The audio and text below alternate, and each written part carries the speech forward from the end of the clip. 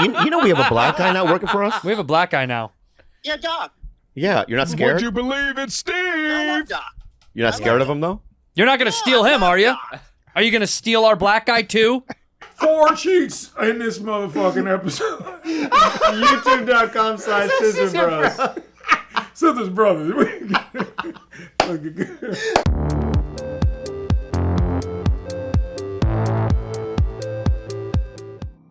I remember when I wrote for the Ellen Degeneres show, which was interesting. We were in the morning meeting where we would sit and talk about like what we were going to do the monologue about that day. Yeah. And Justin Timberlake came up and I made fun of his music and she stopped and she went, "You know, I'm a fan of Justin Timberlake, right?" And I was like,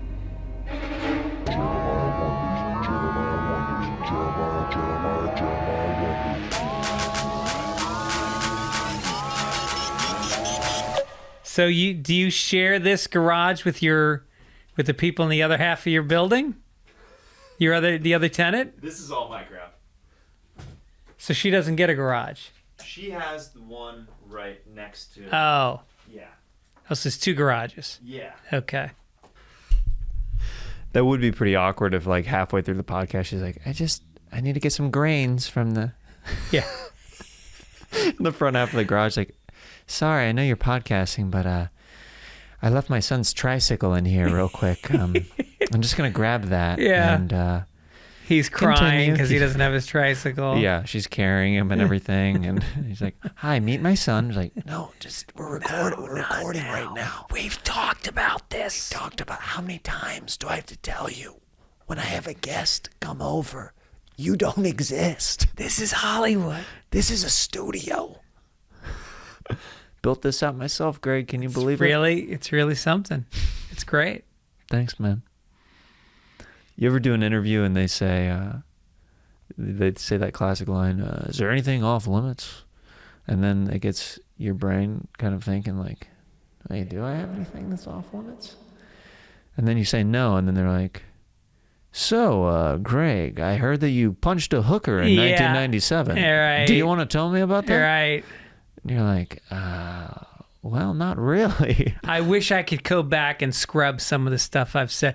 I don't know. I come from this world of like, because I've been around longer than you, there wasn't the internet. And like, when I was a comedian coming up, you were happy to get on TV. Local cable access was like the equivalent of doing something like this back then. Sure. Which nobody saw. So you could fuck up and you could say things that were embarrassing about punching a hooker or, not being able to get an erection with a hooker or not having the right change for a hooker or... I'm sensing a pattern here. Yeah.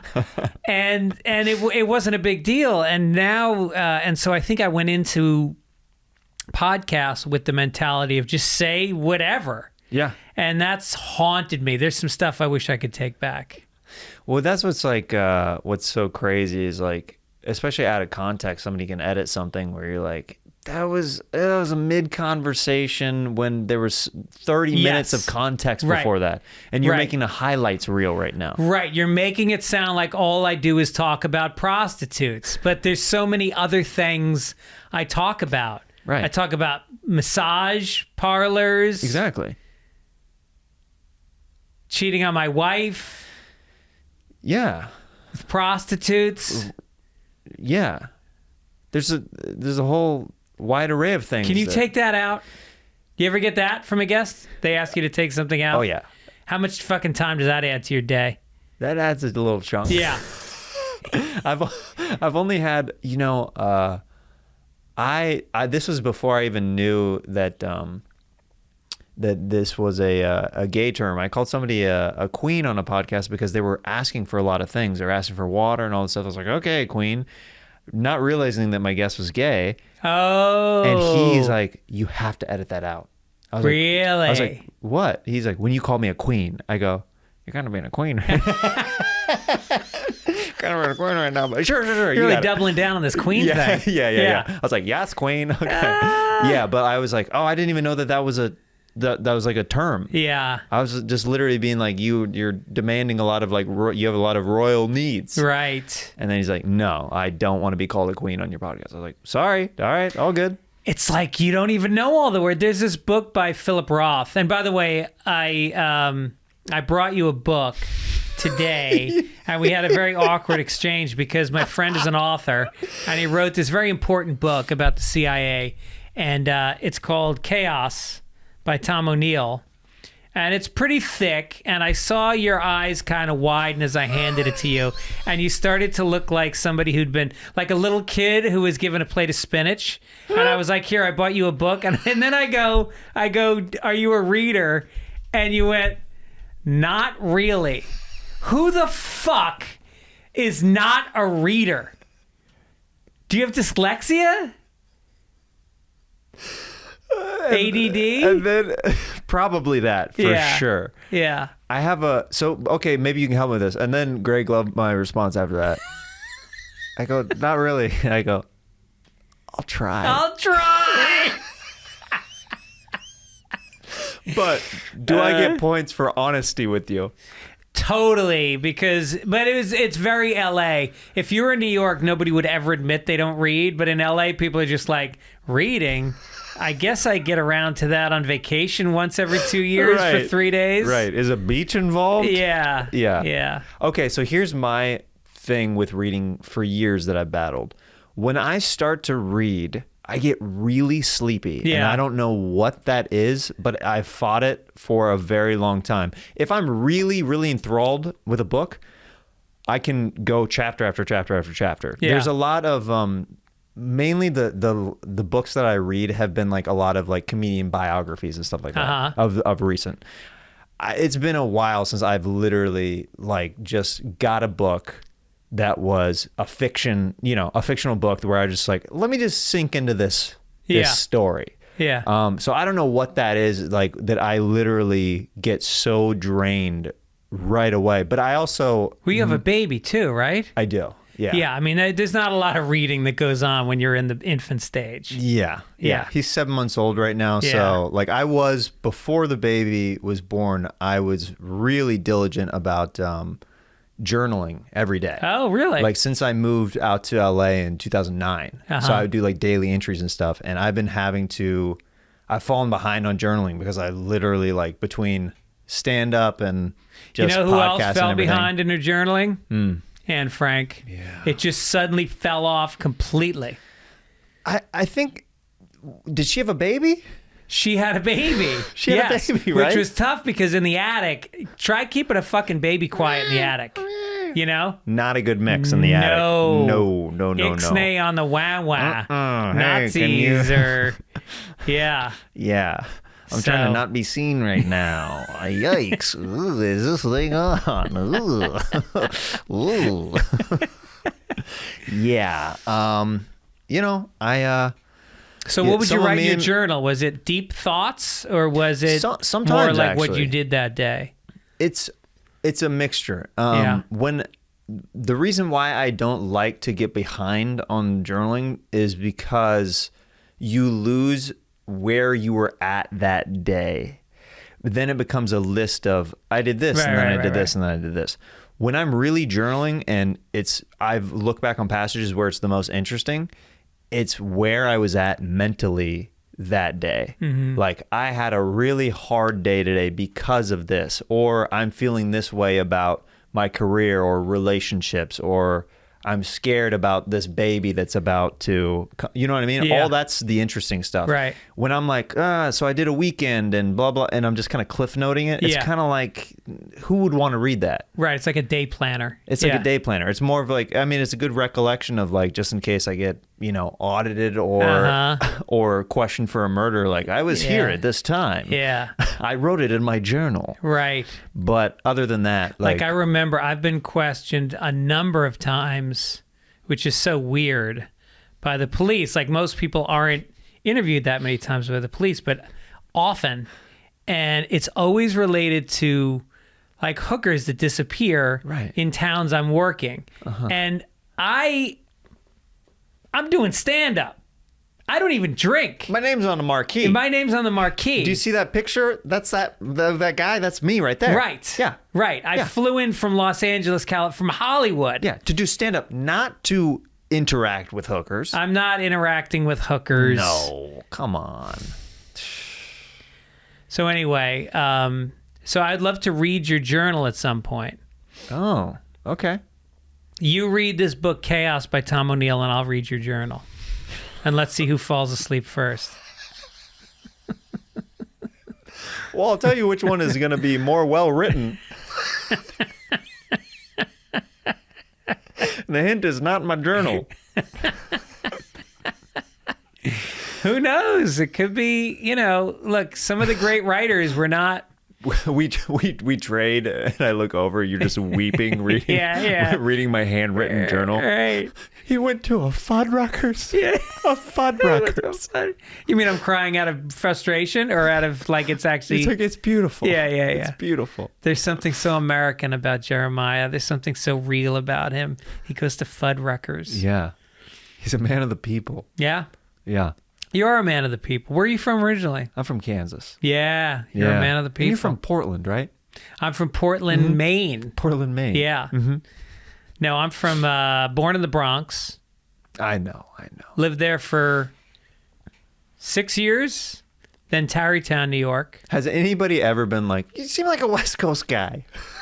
I guess not, right? No. Yeah.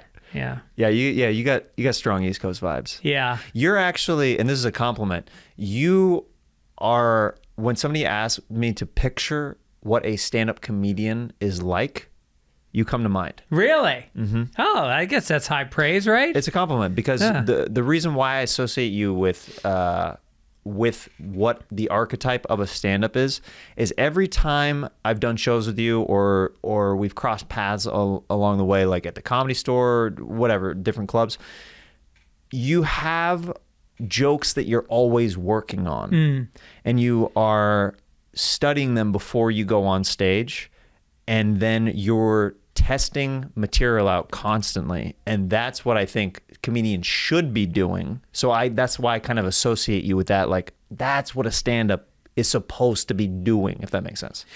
Well, yeah. I mean, I think it's that, or it's been the same piece of paper for the last 31 years, and I just pull it out as a prop before I go on. It could be that too. I mean, I'm not going to lie to you. There have been pieces of paper in my pocket that have not changed a lot for a couple months. It's like that the same ideas are not really. There's times where it just doesn't come.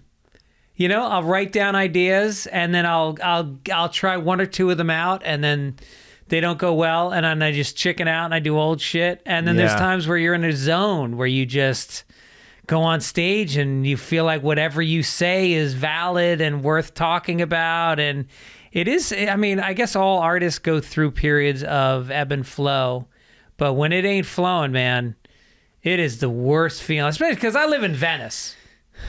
To drive all the way to Sunset on a fucking Thursday night, For people who don't live here, it's at least like a 40-minute to 50-minute drive from Venice to... Well, it's not that bad. Not that bad? But it's far enough that you're only making $20. 35 minutes, we'll say. Yeah. Yeah. For $20, and you really think like I could be warm on the couch with my wife who has nice tits, and shout out to Mrs. Fitzsimmons. Mrs. Fitz, what's up? Mrs. Fitzdog, what up, girl? Yeah, Fitz. Hong Kong, Mrs. Fitzsimmons.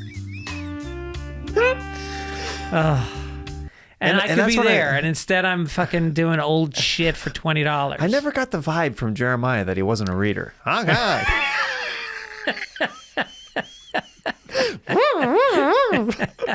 Mrs. Fitzdog. Never. I handed him the book, and it genuinely shocked me. I'm gonna check in on you once a week. Every time I see you, which is probably once a week. I see you about once a week. Yeah. I'm gonna ask you what page you're on, and every time you read, I want you to take a picture of the page that you finished on, and you're gonna have to show it to me. I'm gonna start posting it to Instagram. Yeah. My accountability, my social media accountability. Today I read a page. That's going to be your journal. Yeah. You writing about Tom O'Neill's book. Yeah. I mean, you told me the premise, and I was Yeah. blown away. Tell me the premise. Okay. Let's see how much of it you maintained, All right. retained.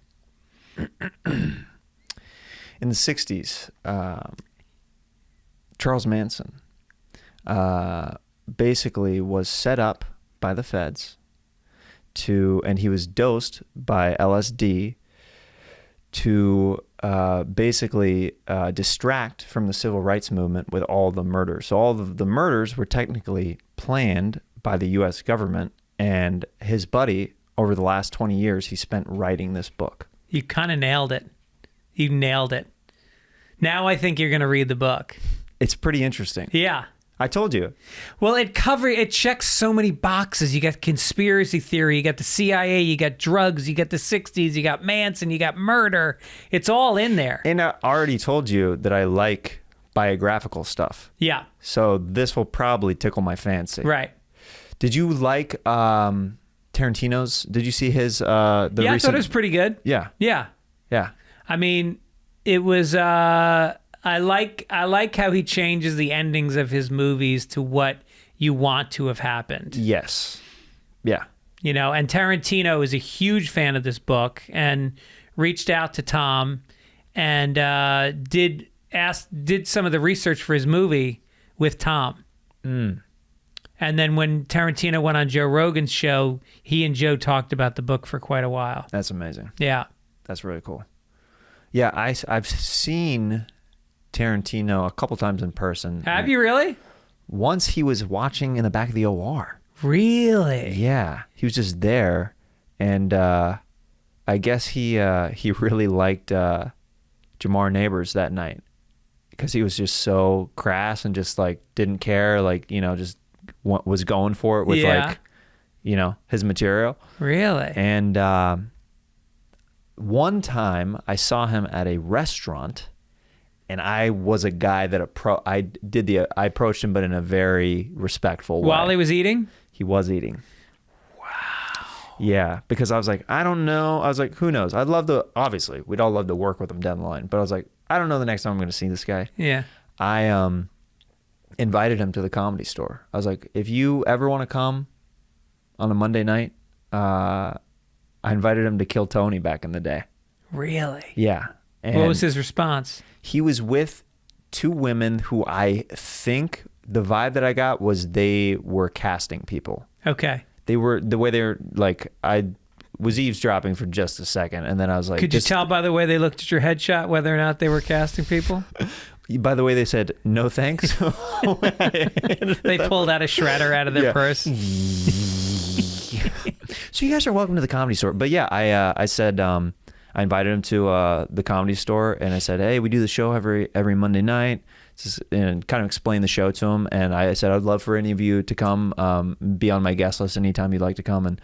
And he's like, that's very nice. Thank you so much. And I was like, yeah, didn't want to interrupt. My apologies, but have a great night. Like I got out, in and out as fast as possible. Did my pitch, and I was out. But it was weird because at the Thai restaurant that we were at, there's posters of him everywhere. Oh. So I don't know if he casually just stumbled upon the place or if he goes there, but they were like, literally, there's a poster of like Pulp Fiction in the restaurant, and then also a Tarantino movie happened to be playing while he was there. That's weird. Yeah. I wonder if he's a co-owner of it or something. Because, you know, Bob Dylan has a coffee shop in Santa Monica. Really? And when you go in, he's got this great radio show that he does called the Bob Dylan Radio Hour. Okay. And it plays on, I don't know what channel it plays on. I know they rerun it on Sirius, but Yeah. it's amazing. It's just him playing. It'll be like a John Lee Hooker B-side, and then it'll be like something from the soundtrack of a spaghetti western, and then it'll be a Woody Guthrie song, and then it'll be like fucking Metallica. It'll be like it's totally eclectic, weird, and they play it at the coffee shop when you go there, and you're always, when you walk into the place, you always are like, what is this song? It's always amazing music. Wow. And he comes is it in a lot of sometimes. deep cuts, or is it just whatever It's a combination. that he likes? It's a combination, you know, Okay. because he likes pop music. So he'll have like a Motown song on or something. I love that when artists that you wouldn't expect to like certain things are like, oh yeah, I don't do that, so yeah, I like it. He had this autobiography that he wrote. What was it called? I forget what it was called, but he devoted like a chapter to the Charlie Daniels Band. He loves the Charlie Daniels Band. Like, what? Yeah. You're Bob Dylan. It's weird. I mean, yeah. I was watching some music documentary, and it was I think it was the Jimmy Iovine documentary about Dr. Dre and different stuff like that. And there's this great interview with Eminem in it, where he's at a party at like the height of like Slim Shady and all that stuff, when that was just dropping around that time, whenever he like was going from Marshall Mathers to Slim Shady and all that stuff. And Marilyn Manson walks up to him at a party, and he goes, She. Is she now? Yeah. Okay. They, that's a good coverage. They? Yeah. It's a good blanket. And y'all walk up to him. Yeah. And now the story is better because it's a Justin Timberlake interview. It's not an Eminem interview. Really butchered this story, but anyway, Justin Timberlake is being interviewed, and Marilyn Manson approaches him at the height of Cry Me a River, and like when he just broke off from NSYNC. Yeah. And Marilyn Manson, they go, I really like your music. Don't tell anybody we had this conversation. Like full on makeup, the whole thing. Like, that's great. Wait a minute. So did you start that story thinking it was Eminem, and then you remembered it was Justin Timberlake? And then I was like, that's not that crazy of a, you know what I mean? And then I was like, oh, it's Justin Timberlake. Oh. Yeah. Yeah. Right. Yeah. I remember when I wrote for the Ellen Degeneres show, which was interesting.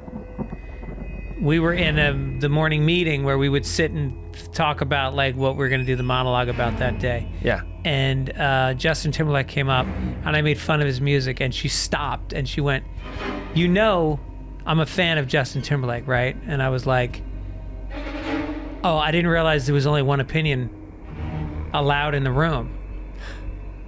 And she was like, yeah, there is. I was like, okay. Oh, all right. Check, please. Yeah, no doubt. Do you validate parking? Because... Cry me a river. She starts playing it, just like looking at you. Yeah, right. Dude. Makes me dance. Yeah. No, I don't want to do it. Your feet are bleeding, and you're doing like the NSYNC dance and stuff. It's like, keep dancing. I mean, that had been wild writing for that show. I'm sure a lot of people have asked since all of this stuff has come out about Ellen, like you've worked on the show, like that's got to be, I mean, yeah, crazy experience. It's always interesting to me when I hear on the road, and I'm obviously not going to drop names, but I will ask occasionally if I'm getting along with the staff, which I try to most of the time at the clubs. But I'm like, did you have anybody difficult recently? Just curious. Yeah. And they always have some names that some are really surprising. Yeah. That you're like, huh, I know that person pretty well. Yeah. And it's interesting to hear that their green room etiquette is not the best. Yeah, well, you know, the store has been plagued with a lot of poorly behaved comedians over. What?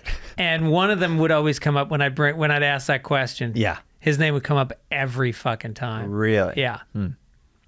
Yeah. Juicy deets, you won't get them here. Welcome to No Names, the podcast where we... How annoying of a podcast would that be? Was if it's two guys every week being like, we've got some dirt for you. They never reveal the name by the end of it. No, there's a premium membership. Patreon. You got to pay Patreon to find out who it was. Yeah. to find out that it was, in fact, For the coffee lover on your list, there's no better way to say happy holidays than with Beanbox. Beanbox connects coffee lovers to some of the world's best specialty coffees with expertly curated tasting flights perfect for gifting. Ever since this got delivered, my wife has not shut up about Beanbox. Oh, I love Beanbox this, I love Beanbox that. I'm like, do you still find me attractive? She goes, I love box. But it's Beanbox, and yes, I still love you. Every order is roasted fresh and delivered at peak flavor. Beanbox sources all their coffee from some of the best artisan roasters in the U.S., so you support small roasters with every sip. And each Beanbox comes with tasting notes and brewing tips, too. Oh, how fun is that? When I first heard Beanbox, I said, is that a Colombian girl's... But I digress. With coffee sampler gift subscriptions and biscotti or chocolate tasting boxes, there's a box for everybody. Seriously, a box for everybody, you simps out there. Give the coffee fanatic in your life an unforgettable coffee lasting experience with Beanbox. Order today at beanbox.com/Jeremiah and get 20% off your purchases of $40 or more. That's 20% off purchases of $40 or more with promo code Jeremiah at beanbox.com/Jeremiah. Beanbox, sipping in the morning. Oh, look at this. Love at first sip. Just the tip with Beanbox. For the coffee lover on your list, there's no better way to say happy holidays than with Beanbox. You know. you know who it is. You know exactly who that is. I think we all know who it is. Know who that was. And you audio listeners will have to tune in on video. Do you do Patreon for your show? Not for this one, for Jeremiah Wonders, but we do one for my podcast Scissor Bros, because we do a lot of extra content. Oh, on wow. the show. Yeah, we do these we'll do like PO unboxings, and we'll do like when we go to do gigs, we'll do podcasts in the car that are like 30-40 minutes. Who's like, we? Me and Stevie Weeby. Oh, yeah. Yeah, right. yeah. So you guys always go on the road together? More recently, we've just been going to some spots. He hasn't done stand-up in like 7 years, so he's started to do like some guest spots on my show. He'll literally do like a 5-minute guest spot because he knows how hard it is to do stand-up. He's like, dude, I'm not trying to feature or anything. Right. He's like, I'd love to just do a guest spot with you here and there. I'm like, yeah, dude. So like, he'll drive with you or fly with you? We're like, I'm doing Tempe this weekend, and rather than fly out there, his mom lives out there, and I was like, what if you come with me? Like, we drive and you see your mom, and we'll film some stuff on the way and then do some guest spots with me. He's like, all right. I love it. So I love like- your life. So like when That's how you do it, man. yeah Yeah. Make it fun. exactly. I mean, that's my favorite thing from me. I've been very blessed to be a part of some unique ensemble comedy shows over the year, which is kind of rare in stand-up. Yeah. Like, you know, and it's such a treat when you run into a buddy on the road, like when you're both in the same city. You're like, you want to grab dinner? We never do in LA, Yeah. but let's do it here. Like, Right. Like it's just a fun thing. So like, if I have an excuse to be able to travel with a friend, I'll take it every single time. Yeah. It's the best. Yeah. Yeah. I'm more of a depressed hermit on the road. Are you? Do you shell up? Yeah, I shell up.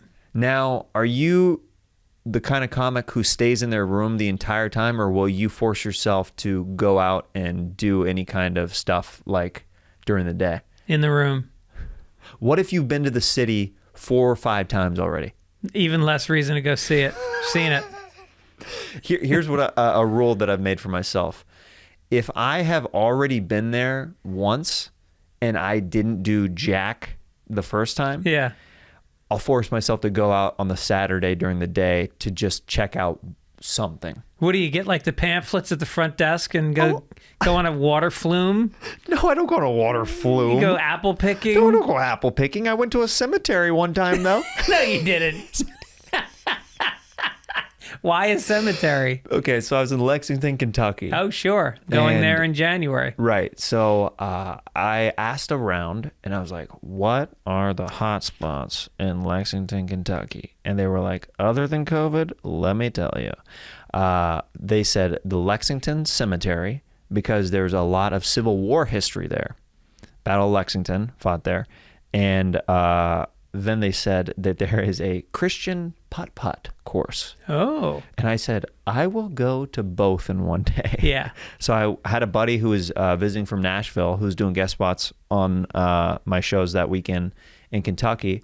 He drove us to this cemetery, and Jim Varney, who I'm a fan of, was buried at that Lexington cemetery, and we visited Ernest's grave. Oh, no kidding. Yeah. He's like literally their famous person from Lexington.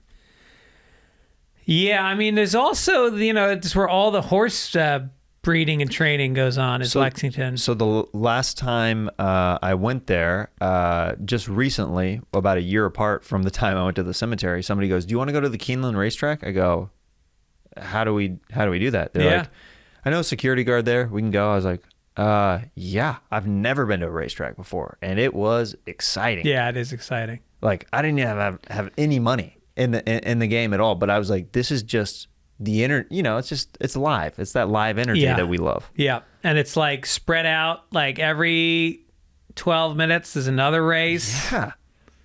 Good food Winners, there. losers, decent food, good people watching, and the horses are just gorgeous if you get up close. Yeah. And the jockeys are even smaller than you'd think. Yeah. Even smaller. You're Right. like, those are little guys. Those guys are tiny. Yeah. And they're all millionaires. You're right. Oh, are they? They're very wealthy if they do well. If they do right. well, I looked at the winnings chart, and it showed the pool of money of the top guys. Yeah. And it was like all of them were in the millions of like the top 10. I mean, you have to be in the top 10, obviously. Yeah. But they're doing real well. Nice. Yeah. So, if we ever, for whatever reason, want to start. If you had the choice to be that small, but be worth, say, $10 to $20 million, Yeah. would you take it? And you're how tall? I'm 6'3". Would you go from 6'3" to 5'2"? Is that about how big they are? About 5'2"? Yeah. Would you go to 5'2" for $10 million? Wouldn't. You wouldn't? No. Really? No. I'll make my money eventually. But, They gotta live with that I'll never forever. grow. That's how I feel. All right, what about They this? gotta live looking up like this for everything. Yeah. They gotta ask for assistance at the grocery store Right. to get things off the shelf. Yeah. I mean, that's 5'2" is, shout out to my 5'2" listeners out there. I'm not shaming. This is a hypothetical situation Yeah. that I would not take $10 million to be 5'2". All right. Would you take $10 million to be 5'5"? Ooh. I'm 5'8". I might take that because that's at least around working actor level. Yeah. You know what I mean? I mean, Tom Cruise is only what, 5'6" and a half? Yeah, something like that. Yeah. My mom is 5'5". Yeah. I'd finally get to look at my mom eye to eye. Yeah, that'd be nice. Right? I think about that often. you know? Yeah. Like, how do I look at my mom?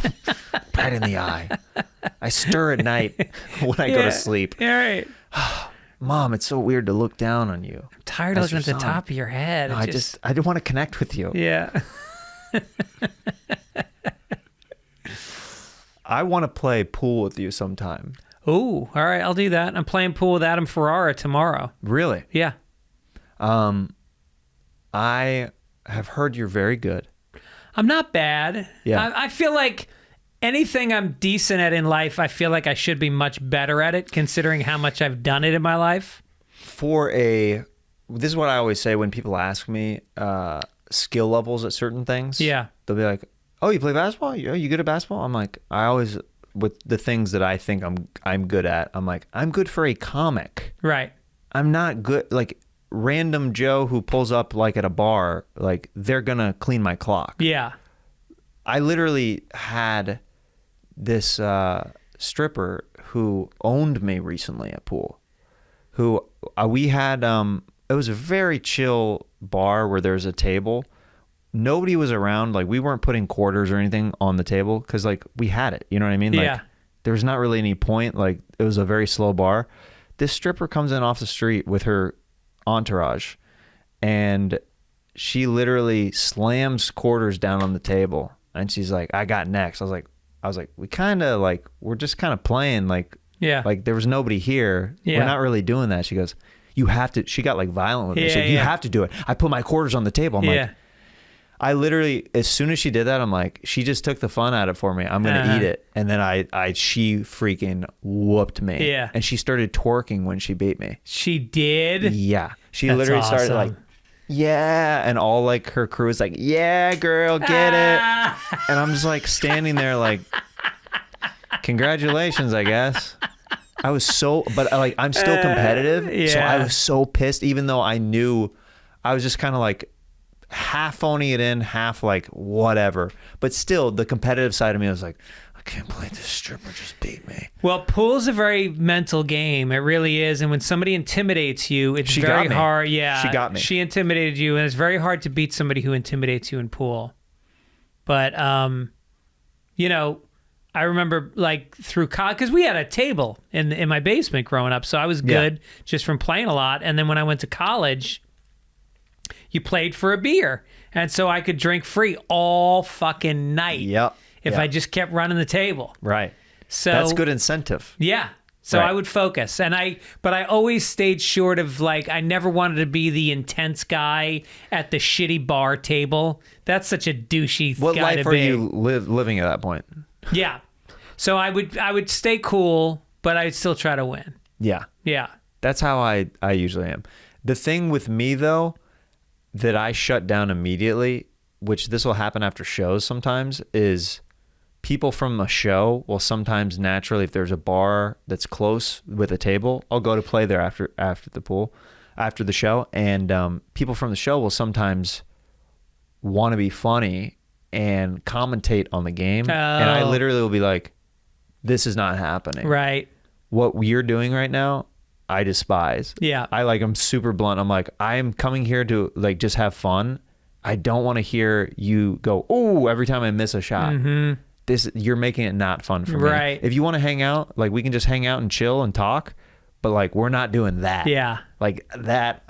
One of the hardest things about being a comedian is people's expectation that you're going to be funny and that they should be funny. And it's like, it's a skill to disarm people and let them know, like sometimes I'll play in these charity golf tournaments because I like to play golf, as you can tell by the way I'm dressed. I just came from the course.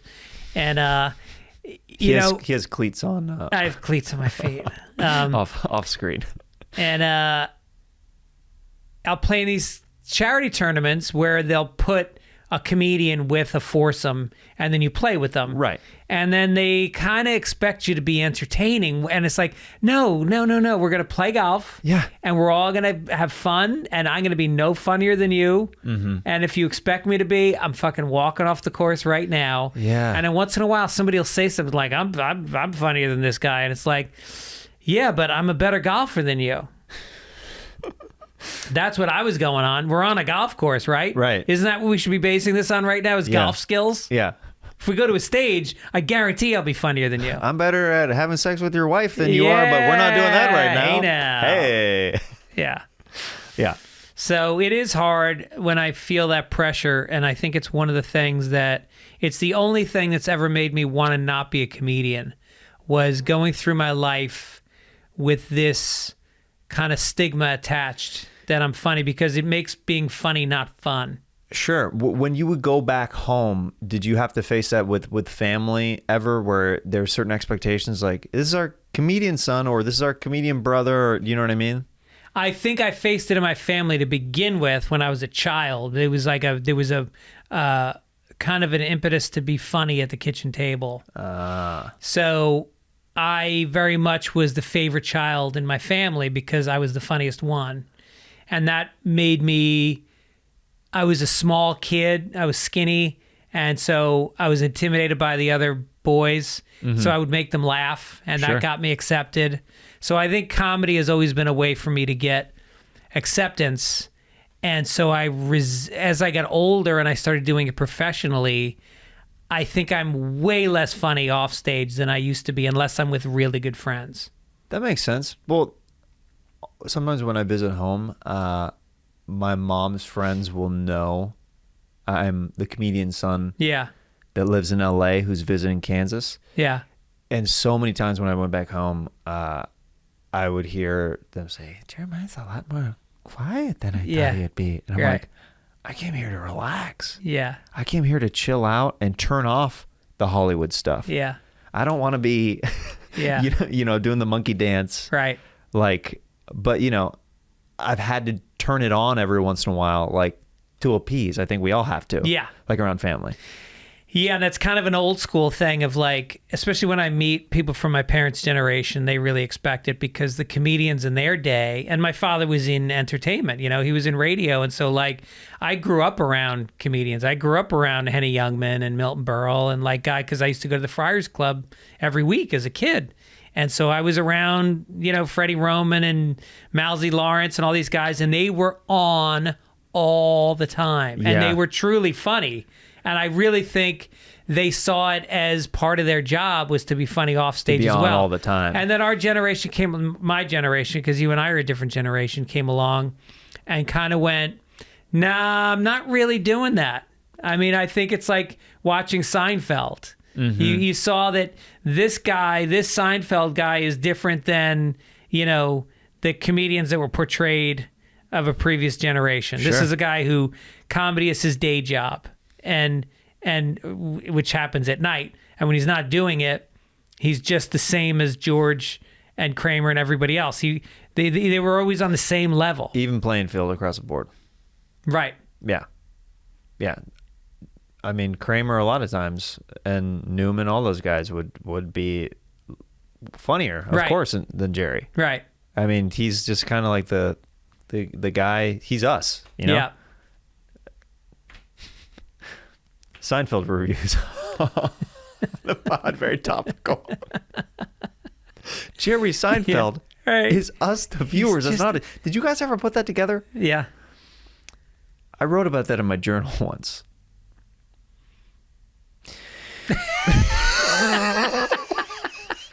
Can't wait to read that chapter. I know it's a thick one. Yeah.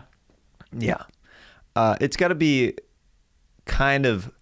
I mean, as a comic, I think we all have some kind of full circle moments every once in a while where you're like, that's kind of cool how that shaped out to be. It's got to be, and I'm sure you've thought a lot about this, but like being a kid, being around the Friars Club, and then working closely with the roasts like down the line and stuff like that. That's got to be pretty cool. Like kid Greg to adult Greg to be like, now I'm, you know what I mean?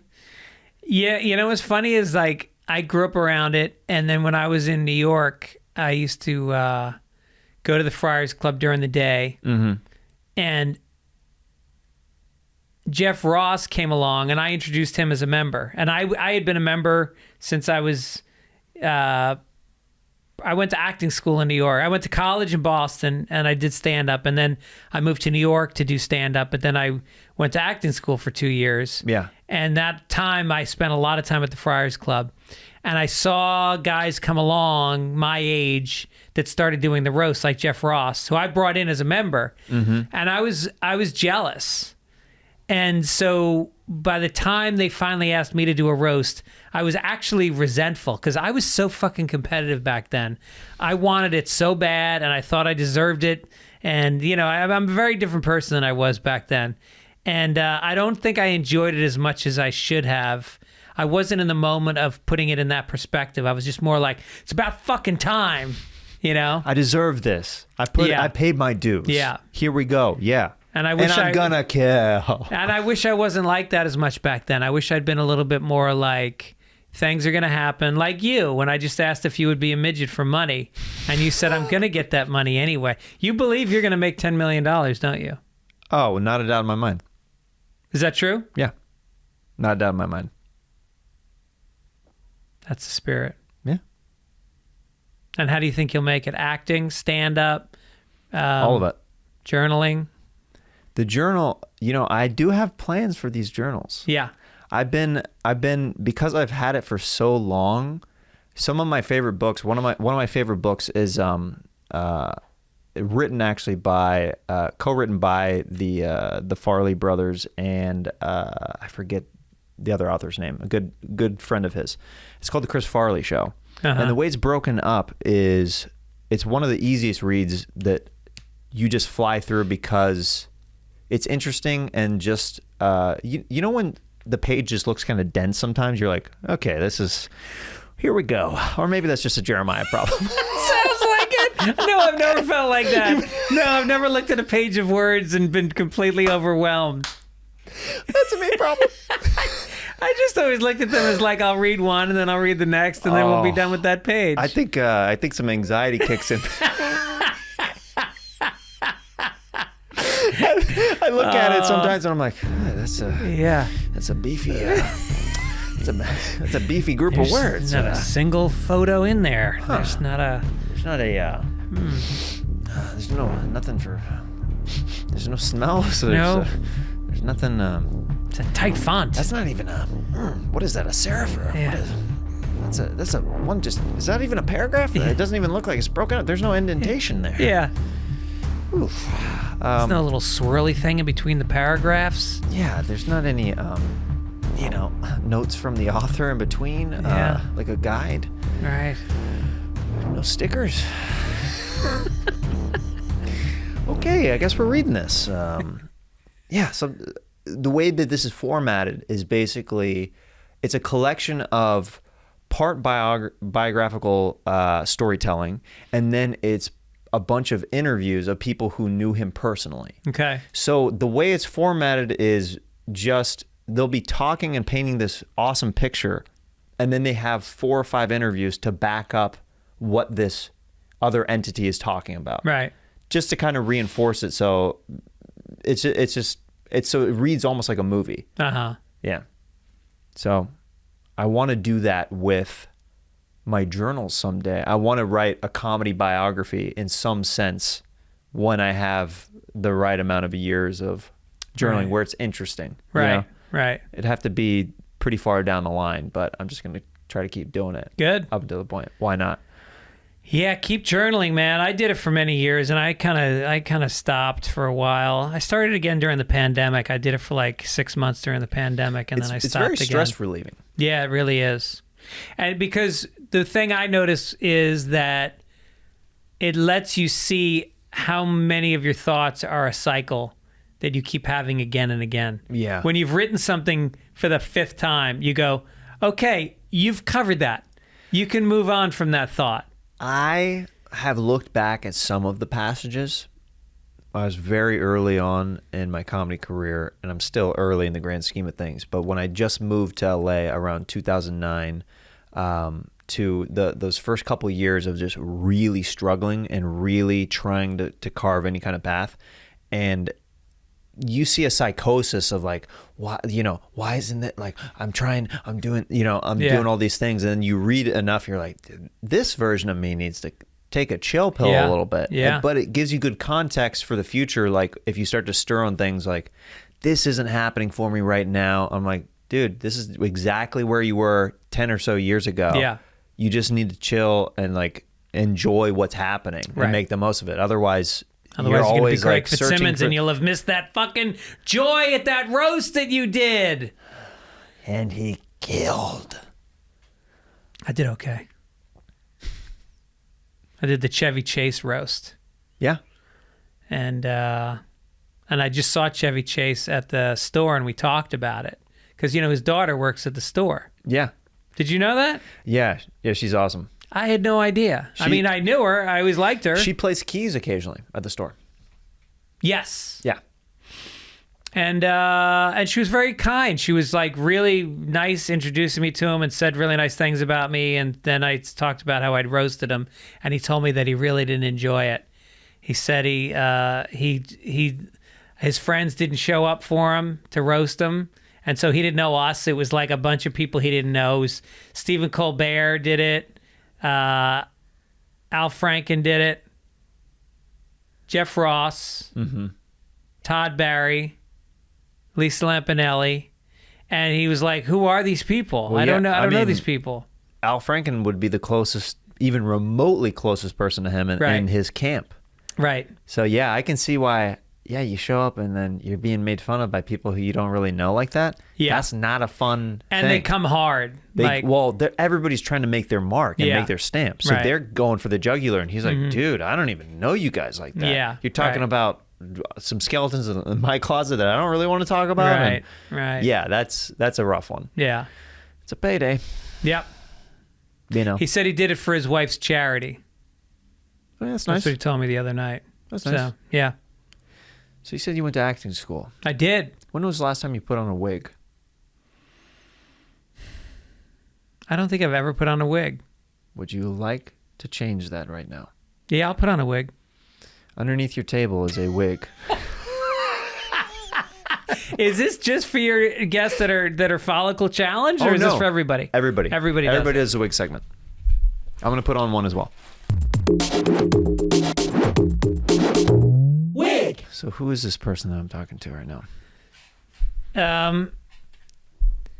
Is it a girl, a guy, a It's they? definitely a girl. I definitely feel like a girl. You feel a girl right now. Yeah, Okay. like when I didn't until I did this. And then you did Until this. I moved the hair out of the way, and I suddenly went like, "Oh my God, it's the '70s," Right. and I'm just coming into my womanhood. I'm Okay. feeling the power of my womanhood Okay. with this, Okay, great. and I feel it cascading down my shoulders, and I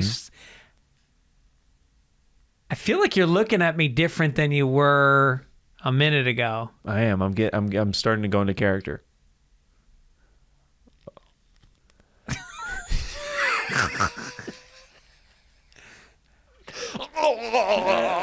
Whoa.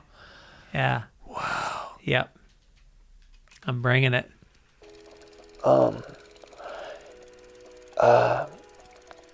Hey, Samantha. Uh-huh.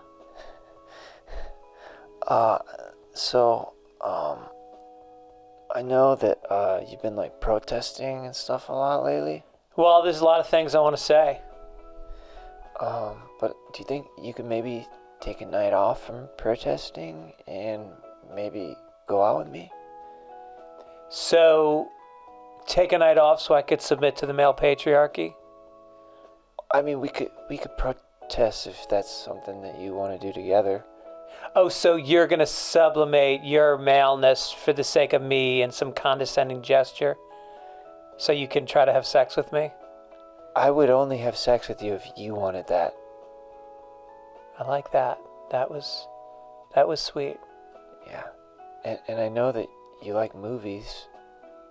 And I was thinking of us going to, the Arcline Cinema on 3rd. I have to ask my mom. She was molested by your father in high school. That's the thing about living in a small town like this. My dad's never brought that up. But when you think you would get an answer? From my mom? Yeah. For the date? I don't think my mom is going to want me to go on a date with you after what happened with your father. Oh, right. But do you think you could ask her and... I'll ask her. Hold on a second. Okay, do you have a... What the hell is that? It's a cell phone. What is that?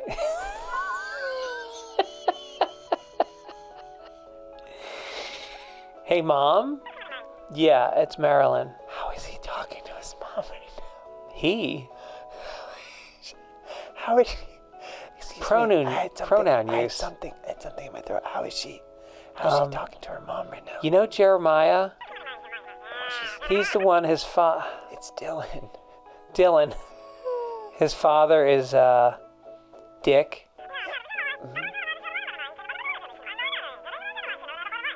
Okay. All right, I'm sorry. All right, stop crying. Mom, stop crying. I'm not going to go. Okay. I don't think it can happen. Okay, in my defense, you didn't really ask a question. You just brought up. Well, with cell phones, you don't have to. Oh. Yeah, they know. They know? They know what you're going to say. Do you have any other things on you that I've never seen before? A penis. You're right. My dad says I don't have a big enough one yet. Oh. Yeah. Well, I can make it bigger. You can? Mm-hmm. With what? With these. Whoa. Whoa. The way you scratch those things makes me go, whoa, whoa, whoa. Oh, one's indented.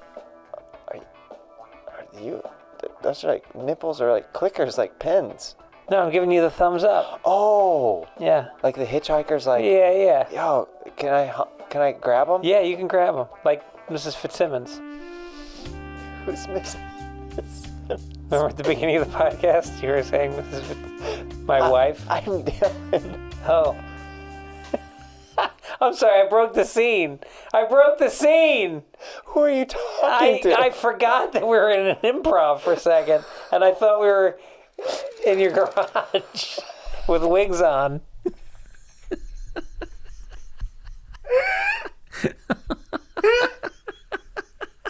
I just got my UCB card revoked.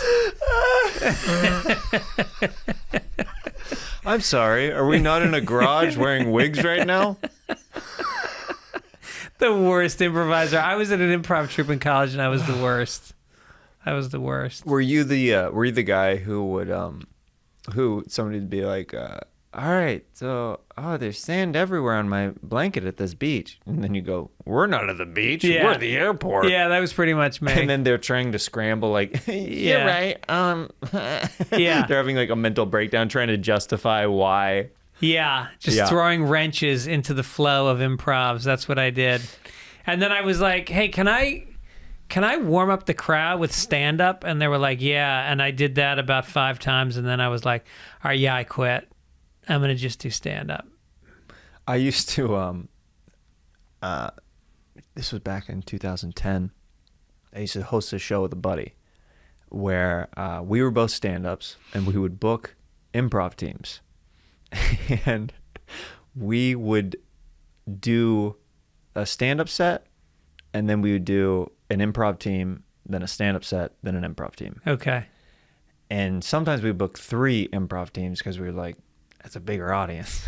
Yeah. So we essentially held captive hundreds of improv teams over the years to watch us work out our material. No shit. And that is how we got stage time on Saturday nights. Wow. Because we weren't going on the road, but it worked. Yeah. But here's the thing, though. The longer you're in Hollywood, that smaller the pool becomes. Yeah. And I'll have every once in a while somebody run into me that's like, hey, man. They're like, hey, how's it going? They're like, I've seen your stand-up. I was like, oh, where'd you see it? They're like, I.O. West, The Loft. I was like, oh, those shows were the worst. Really? It was he and I doing 15 to 20 minutes each. Uh-huh. Working out stuff. Yeah. Just trying to get bits going. Yeah. Because we knew that at the other open mics and stuff like that, there wouldn't be any of the comics that we saw there. Uh-huh. So we tried everything that we wrote for the week. Right. So those were some of the roughest shows I've ever done. So Yeah. every once in a while I'll run into people, I'm like, yeah, I've improved a little bit since then. Yeah. And It's the only always reason weird. the improv groups were there is so you could get their audience to show up?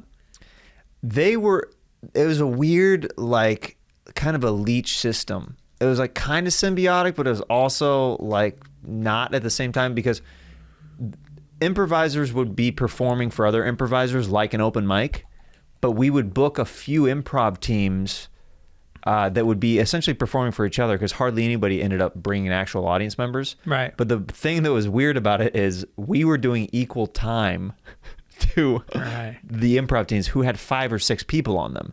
And then at the 10 minutes into our sets, they're thinking, how come they're doing as much time as 6 people? Yeah. Right. And we're like, well, we hosted, we book it, you know, Mm-hmm. we're trying to get our time in. Yeah. Yeah. I want to ask you a couple quick questions that people sent in, and then we'll close it out with Sax Talk. Nice. Can I take off this wig? Yeah. It's fucking hot as Yeah, shit. they get hot, huh? Questions from fans. This one comes from @FishyBeats on Instagram. Greg needs to tell his favorite Artie Lange story. Oh. My favorite Artie Lange story.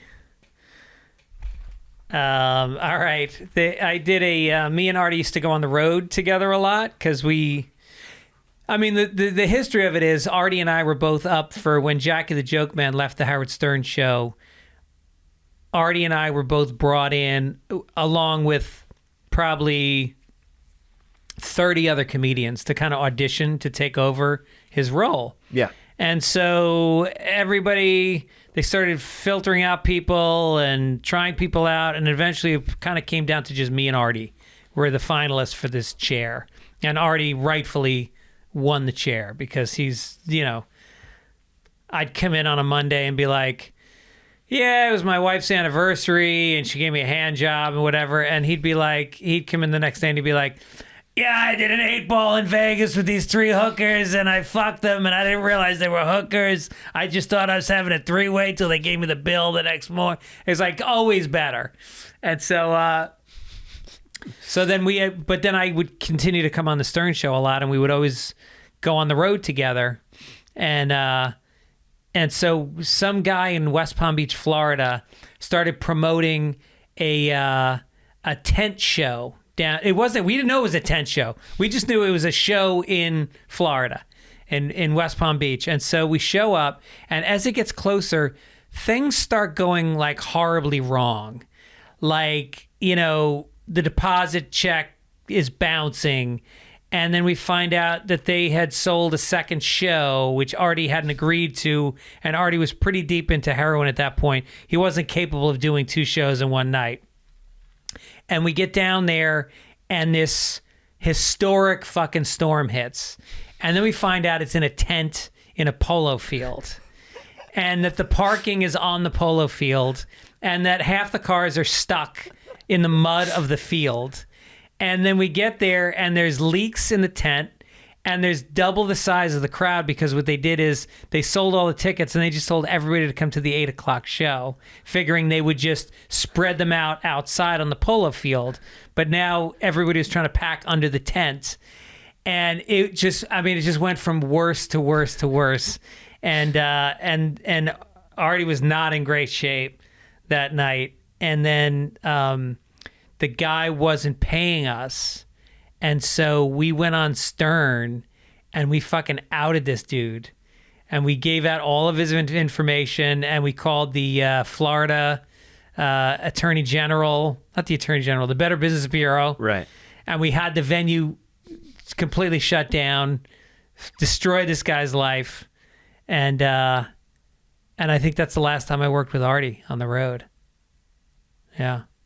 Did you guys leading up to it? Do you remember like going out to eat or prepping for the show with him or like or anything specific about that show other than just like the chaos of? No, at that point, Artie and I, like every time I would do the Howard Stern show, we would go out after the show and we'd go to there was the Brooklyn Diner downstairs from Sirius, and we would have brunch basically. And then as his drug use got worse, it just all of a sudden he would be making excuses for why he wasn't hanging out.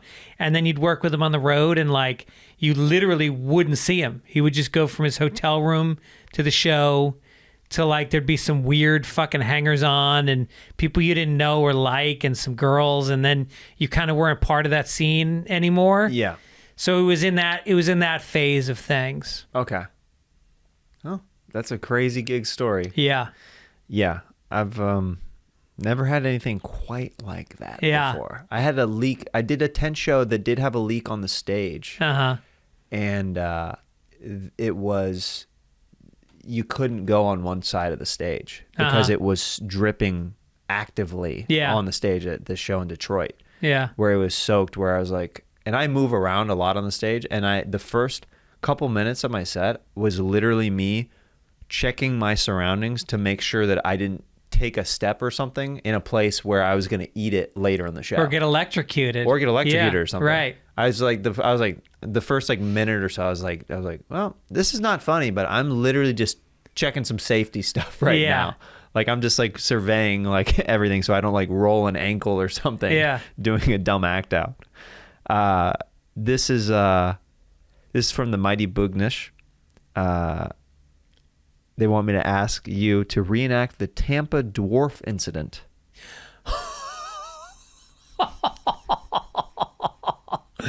This is maybe the greatest moment of my professional life, and I don't know why I've never really talked about it. I was at the Tampa Bay Improv, which is just a shitty club, and it's just filled with rednecks. And I'm on stage, and this fight starts, and which you love as a comic. There's nothing better than a fucking fight happening. And it's just like, it's one of those clubs where like, you know, there's guys in motorcycle jackets with the sleeves cut off sitting next to like some pretty tough looking Cuban dudes that you wouldn't fuck with, like just landmines everywhere. People that, and you're kind of like fascinated by them and afraid of them at the same time. And this fight starts. And so, you know, I'm going to narrate it because the stage is nice and high, so I'm not worried about anybody hitting me.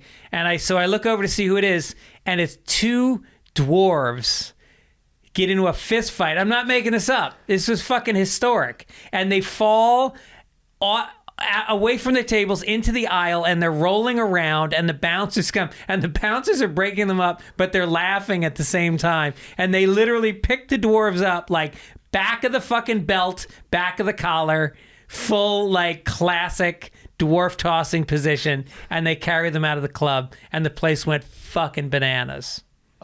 Yeah. That's so epic. It was epic. Just as a comedian, like, it was like Johnny Knoxville had set it up as a prank, right? But it was real. Sometimes we get blessed by the comedy gods. Yes. And that was when all the stars aligned for you that night. Just when everything's perfect.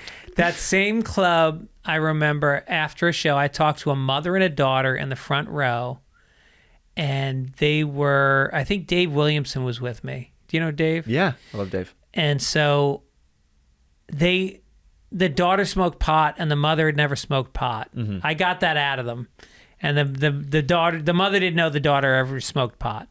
And so I said, well, maybe you should smoke some pot. But what about after the show? You want to get high with us in the green room? Cut to after the show, fucking mother is baked, daughter's baked. I don't know if David was, but there was a bunch of people in the green room, and then the mother started getting kind of flirty with me. It was awesome. Florida's like shit that happens in Florida. There's a reason why it's in the headlines a lot. Yeah, right. There's a reason why a lot of the weird stories, and you're like, where did this happen? Yeah. Oh, it's Florida. Florida, man. Something in the water there. Yeah. Something in the air. Yeah. Last stop for Crazy Town. It really is. It really is. Let's see. This is, we'll do this last one right here.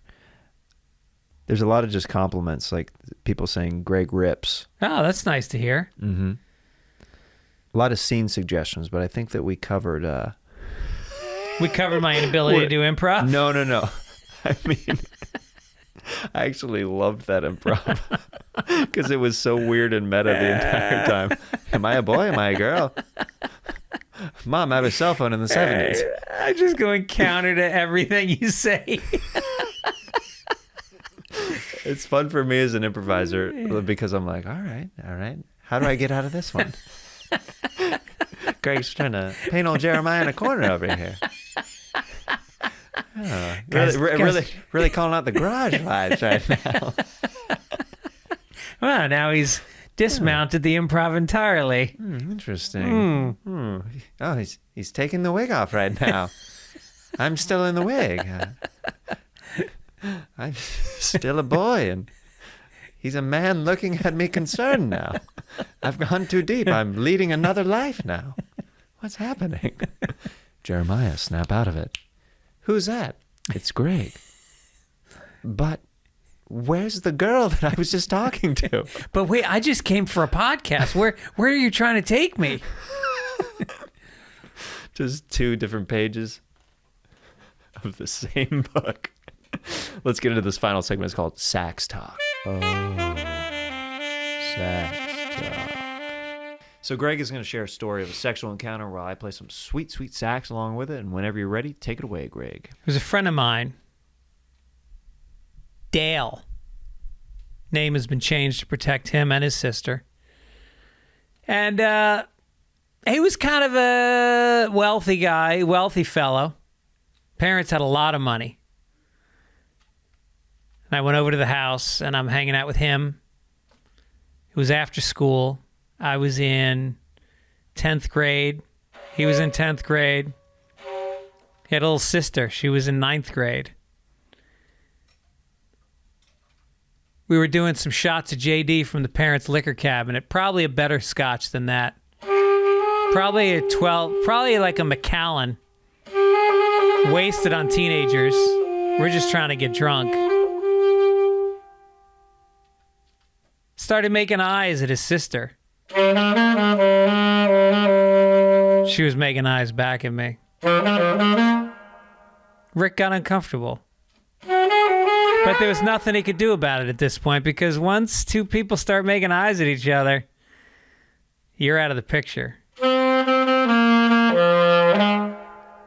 She says, Greg, have you seen my room? I said, Phew, I haven't seen it yet. I have a feeling I'm about to get a good look at it. We go up the stairs. Rick busies himself playing a video game as we slowly make our way up, our hands finding each other by about the 7th step.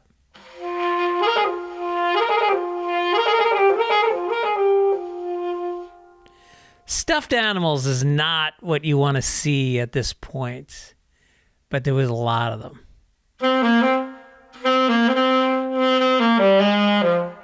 Not yet a woman, still a girl. Yeah. Is it wrong? Is it uncouth? Is it a betrayal of my friendship with whatever that kid's name I said he was? Who cares at this point? I was in 10th grade and I had an erection. We sit on her bed. She pulls out an old photo album. Like Fast Times at Ridgemont High. We skim through a few cursory photos of her as a child. I say she was cute. We giggle. And now she looks at me. She has braces on.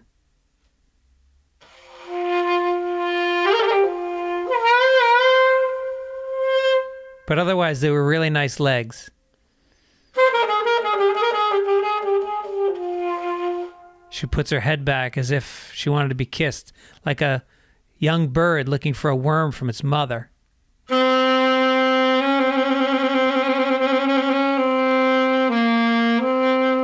And I thought, I got a worm. I got a worm for you. We begin to kiss. Not a gentle, elegant kiss, but a sloppy, like 2 freshwater eels mashed up in a barrel trying to escape. My hand goes under her shirt, under her bra.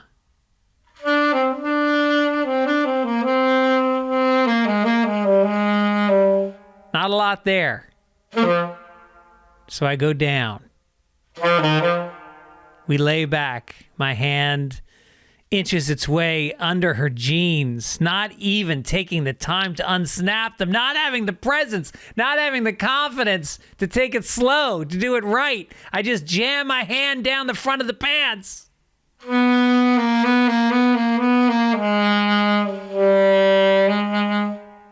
My finger goes searching like an anteater in a hill. But I find it. There's a warm hole. It's tight. My finger slides inside and I wiggle it back and forth.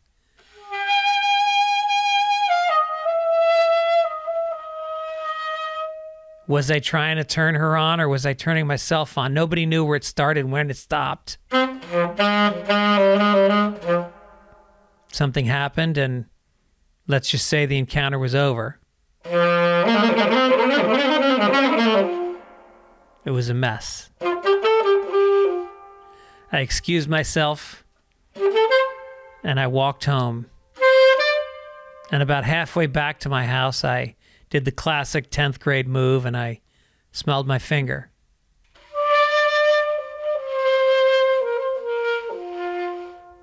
And I thought one of two things just happened. Either she has the smelliest vagina ever, or I just accidentally fingered her in her asshole.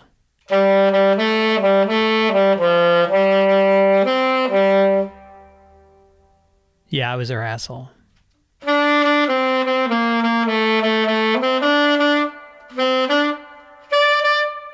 Sorry.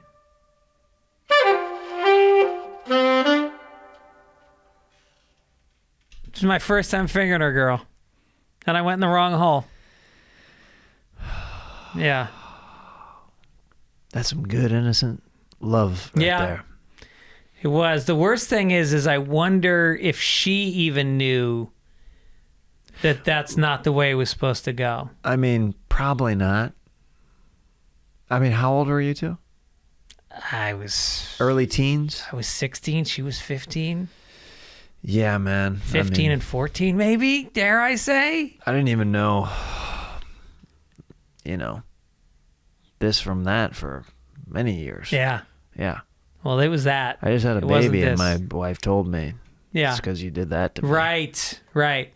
And I was like, from fingering your butt? That's where it starts. That's where it starts. Dude, thank you so much for coming on the show. Yeah, Greg's got an amazing podcast called Fitzdog Radio. Do you want to plug anything else, like your Instagram or any upcoming dates? Let's see. New Year's Eve, I'm going to be in the Stress Factory in New Brunswick, New Jersey. And then in January, I'll also be in Portland at Helium and Boston at Laugh Boston and Lexington, Kentucky, all coming up in the new year. So get some tickets at fitzdog.com. Listen to Sunday Papers, which I do with Mike Gibbons. You know Mike Gibbons, right? Yeah. So that's it. That's what I'm about. But thanks for having me, man. This is a cool vibe. I love the setup. I enjoyed doing the show. Yeah, brother. Always great to see you, and we'll have to play some pool soon. Let's play some pool, and I'm going to be checking up on you on Chaos. All right. It's a thick one. Yeah.